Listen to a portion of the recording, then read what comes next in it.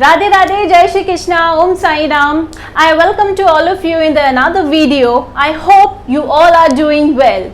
So in today's video, we are going to discuss the concept of the fundamental theorem of arithmetic. और ये topic आप लोग class 10 CBSE chapter number 1 real numbers में find out करेंगे.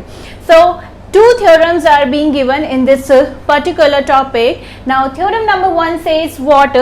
It is talking about the prime factorization, right? And the theorem number 2 is direct consequence of the theorem number 1. तो चलो इसको discuss करते हैं.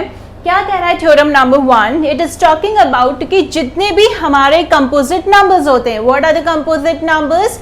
वो नंबर्स जिनके factors 1 and the number itself के अपार्ट अदर्स भी होते हैं. फॉर एग्जांपल 14, तो 14 के फैक्टर्स होंगे 1, 14 तो होंगे, लेकिन 2, 7, these are the other numbers, right?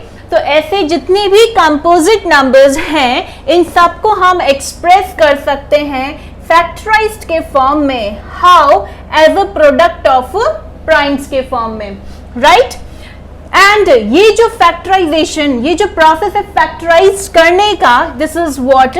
This is unique accept for the order in which prime factor occurs. अभी जो लास्ट वाली लाइन है, इसका मतलब क्या है, इसको हम समझते हैं.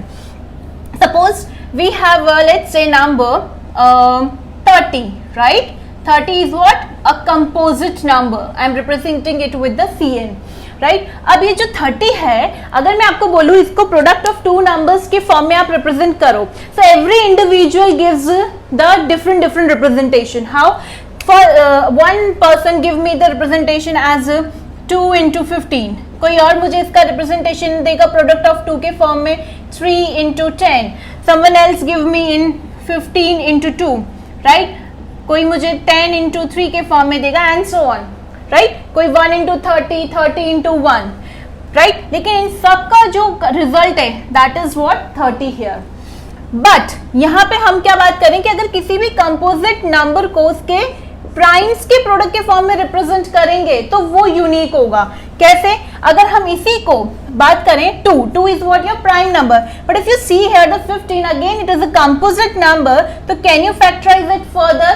Yes. How will you write it? So 15 can be written as product of two numbers as 3 into 5. Now if you see this these numbers, can you further factorize them? No. Similarly, if you come here in 3 into 10, 3 is your prime number, तो इसको तो हम further factorize नहीं कर सकते हैं. But if you look at this 10, this can be written as 2 into 5. In the similar way, if you see here 15 into 2, 15 can be further factorized because it is a composite number. 3 into 5 into 2 and 10 into 30 can be written as 2 into 5 into 3. Now if you see all these representations, these are what? These all are the factorization of the given number 30. तो इस second step में अगर आप देखें, जितने भी आपके factors हैं, are they all prime numbers? Yes. So this is called what? Prime factorization. अब ध्यान देने वाली बात यहाँ पे क्या बोल रहा है कि फैक्टराइजेशन यूनिक है. भाई क्यों यूनिक है? क्योंकि फर्स्ट रिप्रेजेंटेशन में we have 2 power 1, 3 power 1, 5 power 1, 1 time 2, 1 time 3, 1 time 5. Sorry, excuse me. In the second representation also 3 power 1, 2 power 1, 5 power 1, 3 power 1, 5 power 1, 2 power 1, 2 power 1, 5 power 1, 3 power 1.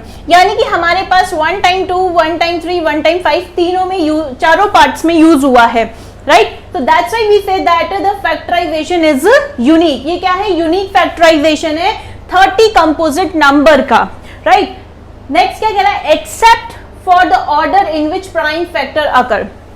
Accept the situation की जो prime factorisation में जो prime factor अकर हो रहे हैं उनका order matter नहीं करता. व्हाई? क्योंकि अगर आप यहाँ पे देखें 2 is at first place, 3 is second place and 5 at the third place.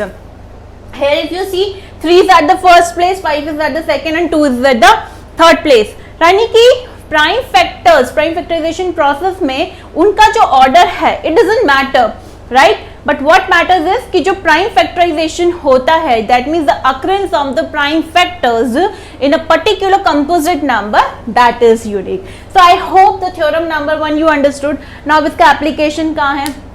इसका मेनली एप्लीकेशन यूज्ड होगा आपका in finding the LCM HCF और जो उनके बेस जो वर्ड प्रॉब्लम बेस्ड क्वेश्चंस होंगे वहां पे इसका यूज होगा। नाउ व्हाट आई सेड कि जो थ्योरम नंबर 2 है इसी में वो थ्योरम नंबर 1 का डायरेक्ट कॉन्सिक्वेंस है। कैसे? Now what the theorem number 2 says, it says suppose if you have p a prime number, mark the words, आपके पास कोई p प्राइम नंबर है, prime number like 2, 3, 5, 7, 13, right? These type of numbers, and there is another number a which is a positive integer. इसके बारे में कोई comment नहीं किया है कि it's a prime or composite, right? So it could be any integer, but to make sure it should be positive integer.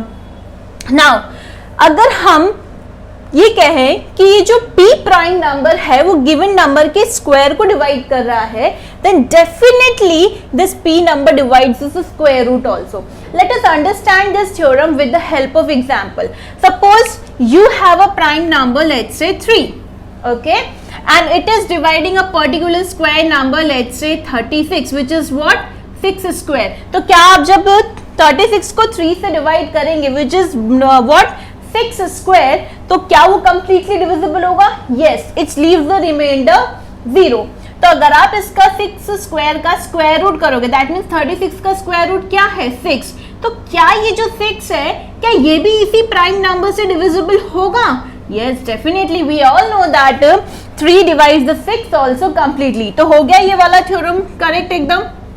What कि अगर आपके पास कोई एक प्राइम नंबर है और अगर वो किसी पॉजिटिव इंटीजर के स्क्वायर को कंप्लीटली डिवाइड करता है, then definitely it will divide its square root also. अच्छा, इसका एप्लीकेशन कहाँ है थ्योरम नंबर 2 का? So you have seen irrational numbers which are non-rational numbers like √2, √5, √11, right? तो ऐसे नंबर्स को irrational प्रूव करने के लिए इस थ्योरम का यूसेज है। Okay, so these are the two theorems which are given in the fundamental theorem of arithmetic. और इसका कहाँ पे इसमें यूटिलाइजेशन है? Suppose you are given a rational number, right? And rational numbers जब उनके decimal representation की बात करते हैं, right? So two types of decimal representations are there. That is what? Terminating and non-terminating. So how we can identify without dividing those rational numbers that whether it is terminating or non-terminating? तो वहाँ पे भी ये factorization की मदद से हम पता लगा सकते हैं without actual dividing the numbers कि whether the given rational number is terminating or non-terminating, right? So this is what about in this video. I hope you liked it. So keep learning.